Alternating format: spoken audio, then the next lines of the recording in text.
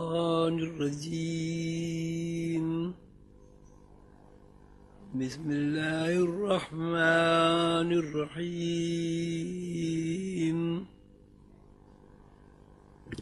وما خلقت الجن والإنس إلا ليعبدون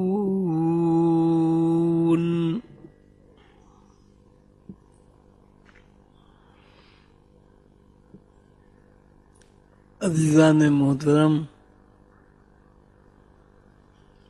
بزرگوں،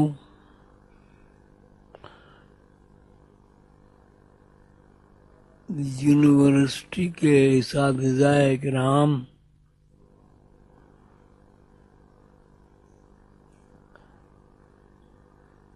عزیز بھائیوں بہنوں، السلام علیکم۔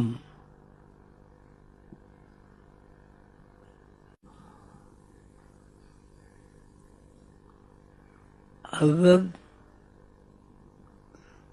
بابا تاج الدین ناگپوری رحمۃ اللہ علیہ جو حضور قلندر بابا اولیاء رحمۃ اللہ علیہ کے نانا ہیں، اور حضور قلندر بابا اولیاء رحمۃ اللہ علیہ کی نسبت سے عظیمیہ سلسلے کے تمام حضرات و خواتین اور بچے حضرت بابا تاج الدین ناگپوری کو نانا تاج الدین کے نام سے یاد کرتے ہیں۔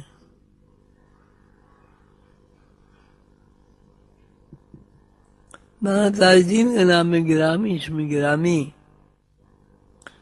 ہرگز کسی تعارف کا محتاج نہیں ہے۔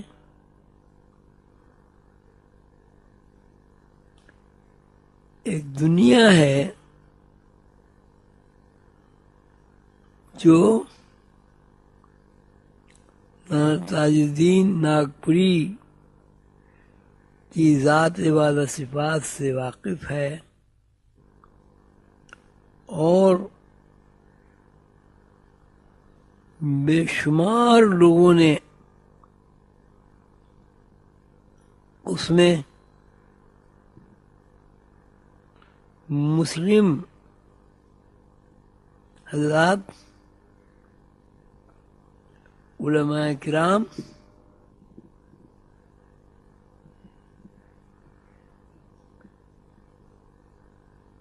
اور ہندو حضرات بھی شامل ہیں۔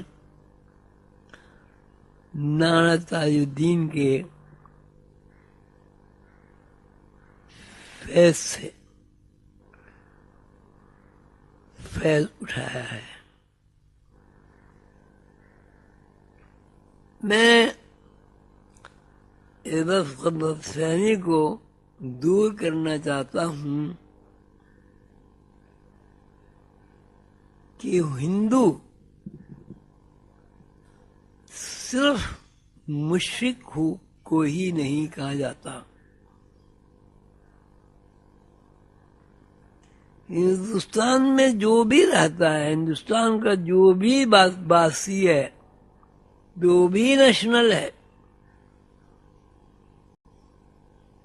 وہ ہندو یا ہندوستانی ہے۔ ہندو، ہندی، ہندوستانی، دراصل اس کی وطن کی مناسبت سے اس کی نسبت بیان کی جاتی ہے۔ ہندوستان میں بظاہر وہ لوگ ہندو خاندان سے، ہندو برادری سے، ہندو کنبے سے تعلق رکھتے ہیں، لیکن اللہ تعالیٰ کے فضل و کرم سے وہ اللہ تعالیٰ کو ایک مانتے ہیں، اللہ تعالیٰ کے ساتھ شرک نہیں کرتے، اور یا اللہ کی عظمت کے سامنے سر جھکاتے ہیں، ان سے محبت کرتے ہیں، نیکیوں کا پرچار کرتے ہیں اور برائیوں سے اجتناب کرتے ہیں۔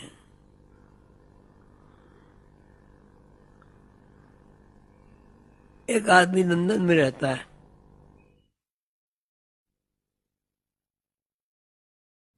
کیونکہ لندن میں عیسائی مذہب کا غلبہ ہے، ہر لندن والے کو یہ کہا جائے کہ عیسائی ہے،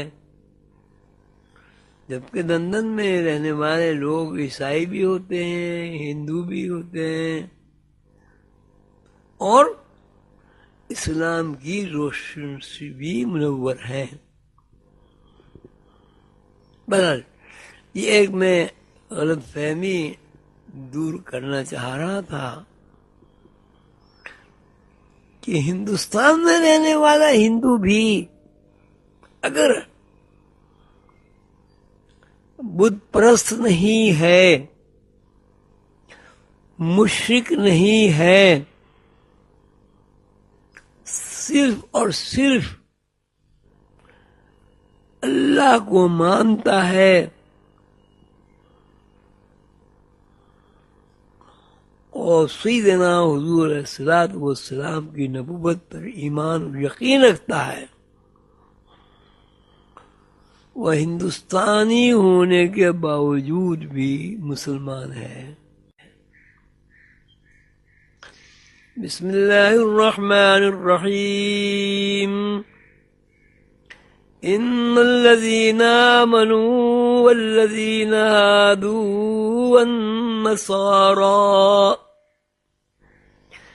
إن الذين آمنوا والذين هادوا والنصارى والصابئين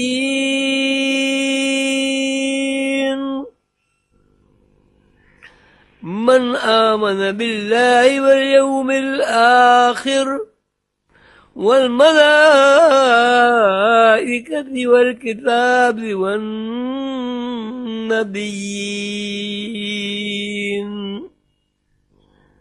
اسلام ایک عقیدہ توحید ہے، کوئی بھی ہو جو بندہ اللہ کو ایک مانتا ہے وہ یہودی ذات سے ہو، عیسائی ذات سے ہو، کسی بھی ذات سے ہو، شرط یہ ہے کہ وہ اللہ کو واحد وحدہ لا شریک لہ رب مانتا ہو، اللہ کے علاوہ اس کی عبادت نہ کرتا ہو، وہ اسلام کے دائرے میں شامل ہو جاتا ہے۔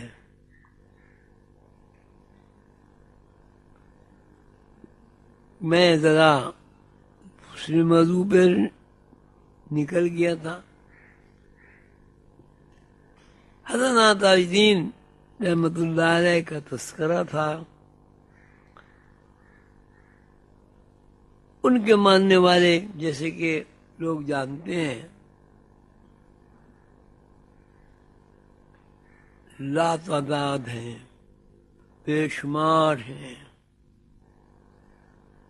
لوگ ان کی تعلیمات پر عمل کرتے ہیں،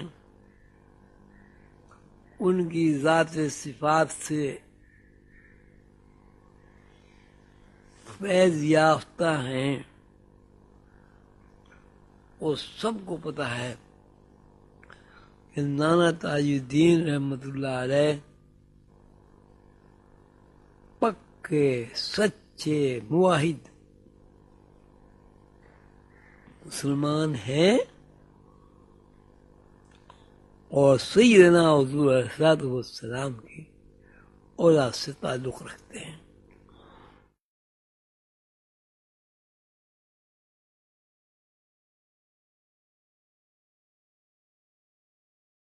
آپ نے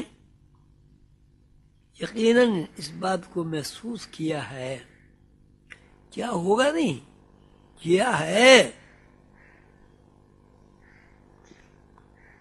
کہ جب بندہ کسی اللہ کے بندے کی صحبت میں کچھ دیر بیٹھتا ہے، توقف کرتا ہے، یکسو ہو جاتا ہے، اس کا ذہن اس فقیر کے، اس بزرگ کے، اس ولی اللہ کے ذہن کے ساتھ وابستہ ہو جاتا ہے. مولانا تاج الدین کا بھی یہی وصف تھا، اللہ کا عطا کردہ وصف تھا. سیدنا حضور صلی اللہ علیہ وسلم کی نسبت سے ان کو فیض حاصل تھا. جب لوگ بہت سارے جمع ہوتے تھے، مولانا تاج الدین خاموش بیٹھے رہتے تھے، لوگ ادب و احترام سے جمع ہوتے رہتے تھے. بالآخر وہ جب گفتگو فرماتے تھے، اس گفتگو میں حالات کے مطابق، لوگوں کی صلاحیت کے مطابق، لوگوں کی ایمان سے متعلق ایسے نقطے بیان ہو جاتے تھے یا فرما دیتے تھے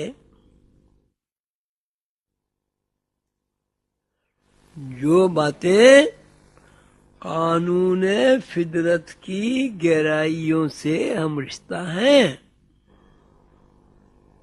یعنی ان کی گفتگو میں، ان کے ارشادات میں ایسے نکات بیان ہو جاتے تھے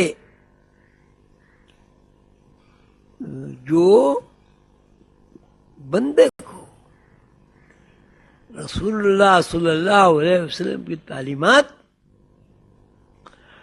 سیدنا حضور علیہ السلام کی تعلیمات کے ساتھ انبیاء کرام علیہم السلام کی طرز فکر اور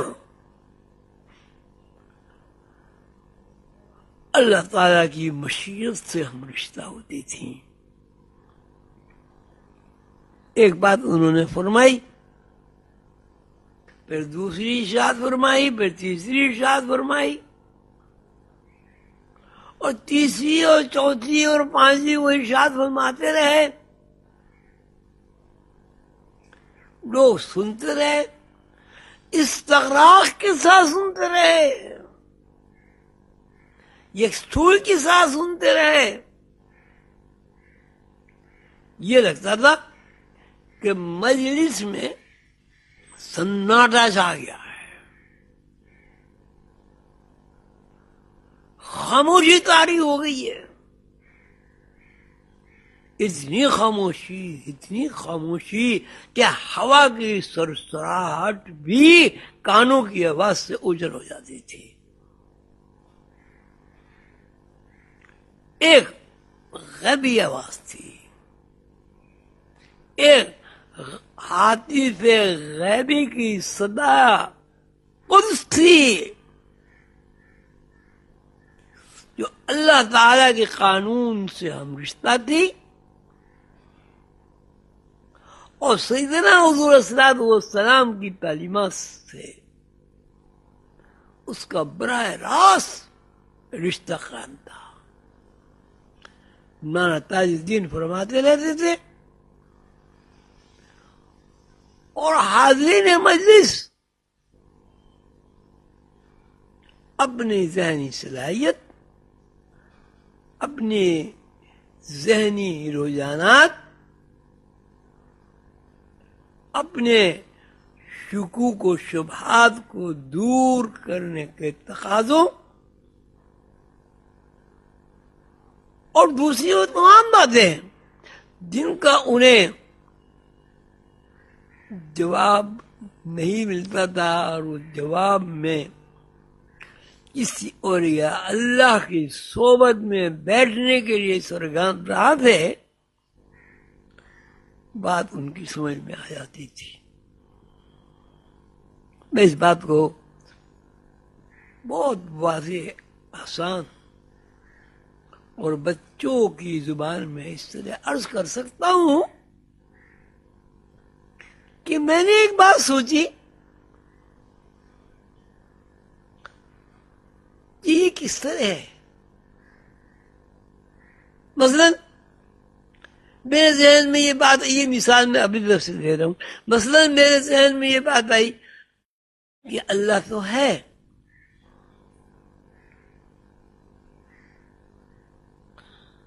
اللہ سے پہلے کیا تھا؟ اب یہ سوال کہ اللہ سے پہلے کیا تھا، میرا اپنا خیال ہے کہ ہر باعقل باشعور آدمی کبھی نہ کبھی دیر سویر سے بے یقینی کے ساتھ، یقین کے ساتھ، ارادے کے ساتھ، استغفار کے ساتھ، اظہار ندامت کے ساتھ، عاجزی انکساری کے ساتھ یہ سوچتا ہے کہ اللہ سے پہلے کیا تھا۔ اس لئے جس میں کوئی اور صاحب ہیں، ان کے ذہن میں کوئی سوال آ گیا، یہ دنیا کیا ہے؟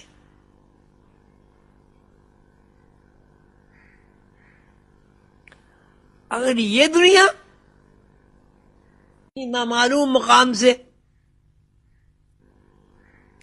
ایک معلوم مقام تم آنے کا نام ہے، کسی نامعلوم جگہ سے دنیا میں آنے کا نام، یعنی دنیا کے مقام میں داخل ہونے کا نام دنیا ہے،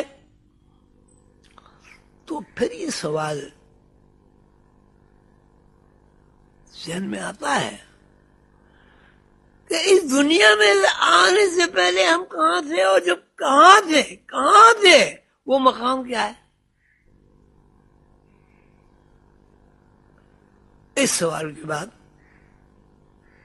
جو وہ دیکھتا ہے کہ میرے پاس اس کا کوئی جواب نہیں، ہم کہاں تھے، میرے پاس پوری تفصیلات کے ساتھ، پورے اطمینان کے ساتھ یہ جواب نہیں ہے کہ ہم کہاں تھے، اور اگر جواب ہے تو وہ بھی ایک اپنے بزرگوں سے، اللہ کے فرستادہ پیغمبروں سے، اللہ کی کتابوں سے علم ہوا ہے کہ بھائی دنیا سے پہلے بھی ایک دنیا تھی جس کو عالم ارواح کہتے ہیں۔ اس یقین کے ساتھ ہمارے بزرگوں نے یہ کہا کہ ہم اس دنیا میں آنے سے پہلے عالم دنیا میں آنے سے پہلے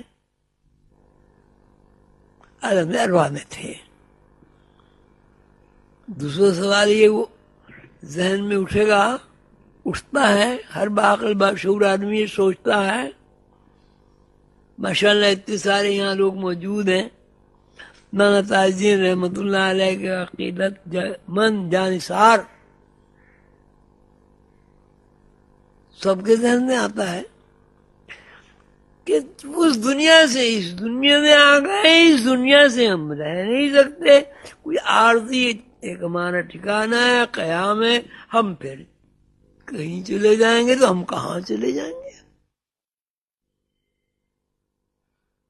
اب اس میں پھر آدمی پریشان ہو جاتا ہے.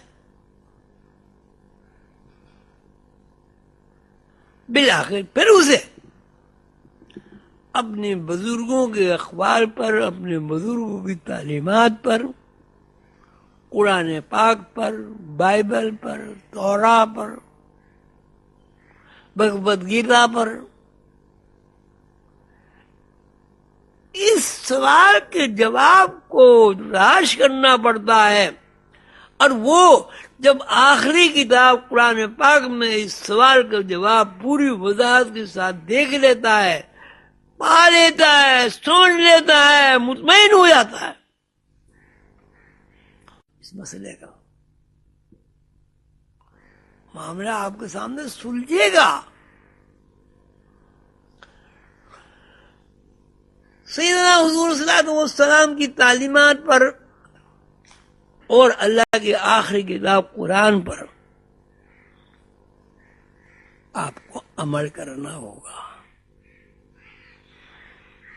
جب آپ عمل کریں گے تو بات آپ کی سمجھ میں آ جائے گی. بالآخر آپ کا تفکر، آپ کی دانش،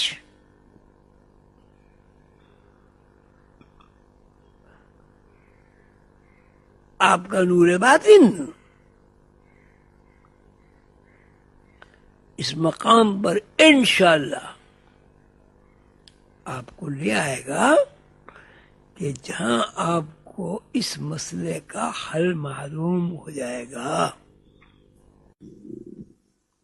سیدنا حضور صلی اللہ علیہ وسلم کو بھی اللہ تعالیٰ نے اپنے دیدار کرایا، لیکن جب سیدنا حضور صلی اللہ علیہ وسلم کا تذکرہ آتا ہے تو اللہ تعالیٰ فرماتے ہیں وَكَانَ قَابَ قَوْسَيْنِ أَوْ أَدْنَىٰ.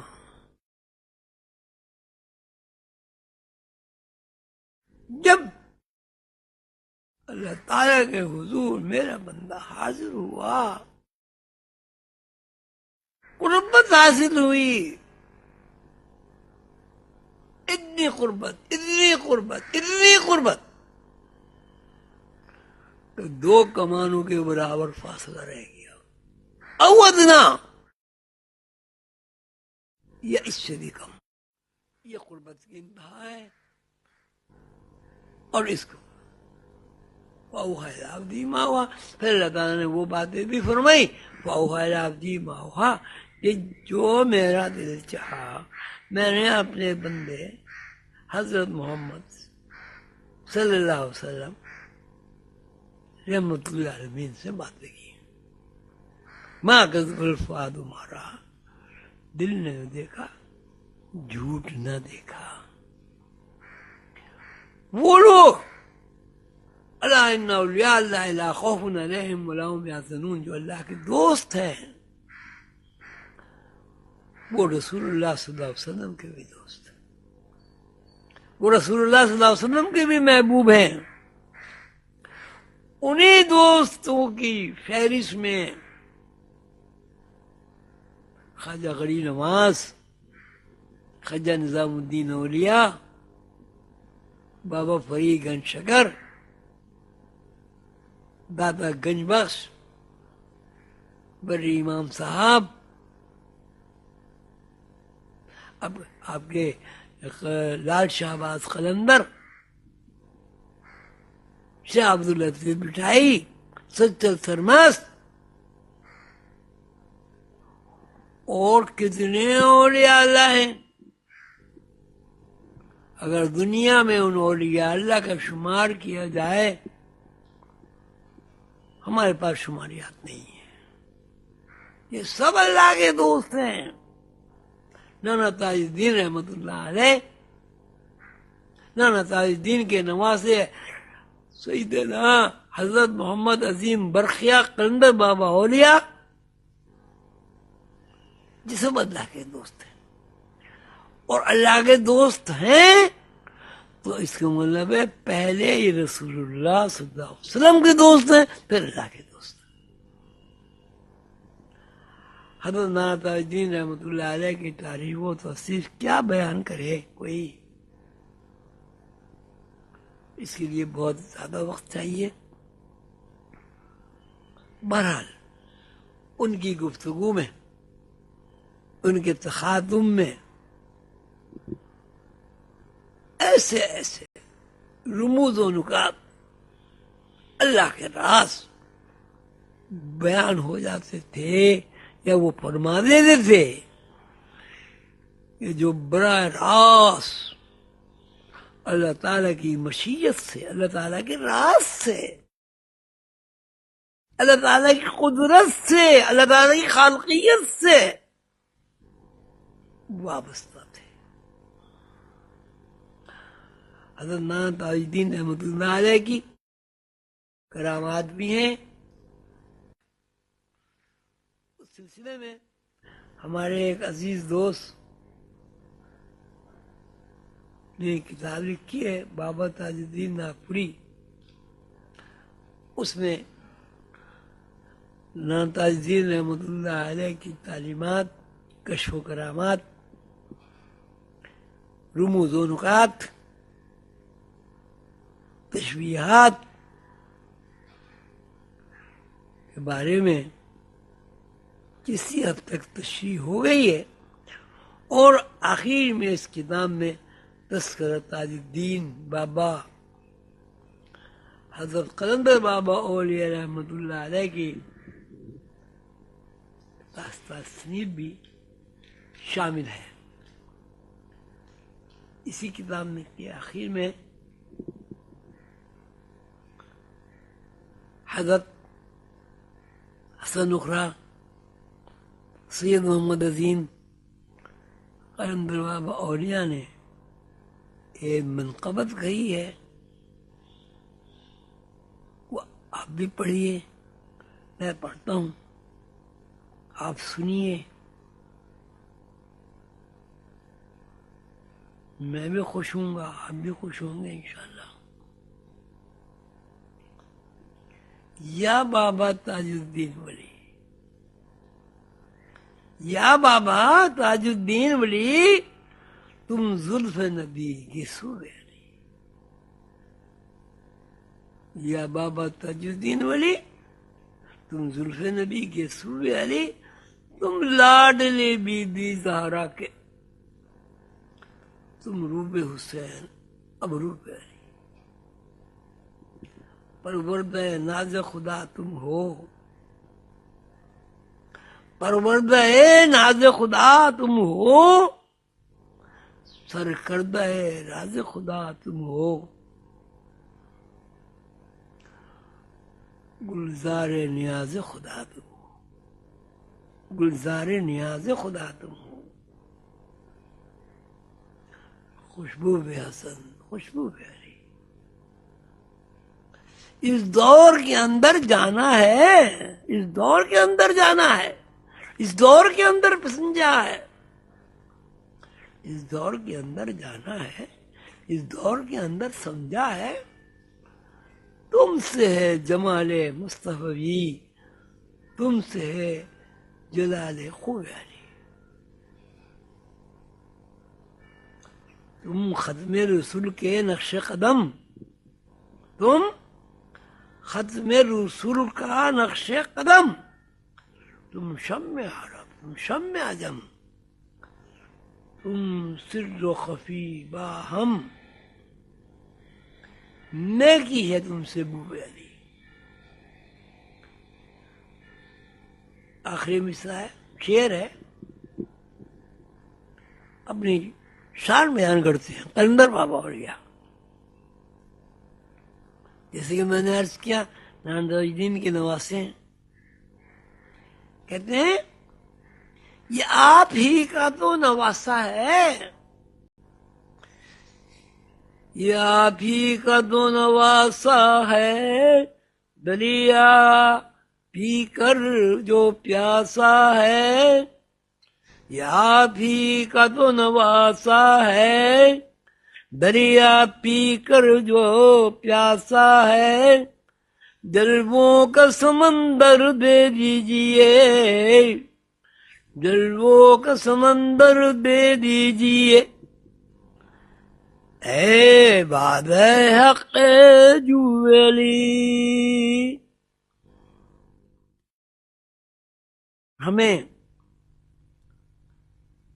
حضرت بابا تاج الدین ناگپوری رحمۃ اللہ علیہ کا نواسے قلندر بابا اولیاء اور حضرت مولانا تاج الدین رحمۃ اللہ علیہ کے فیض سے مستفیض فرمائے. آمین یا رب العالمین. السلام علیکم ورحمۃ اللہ وبرکاتہ.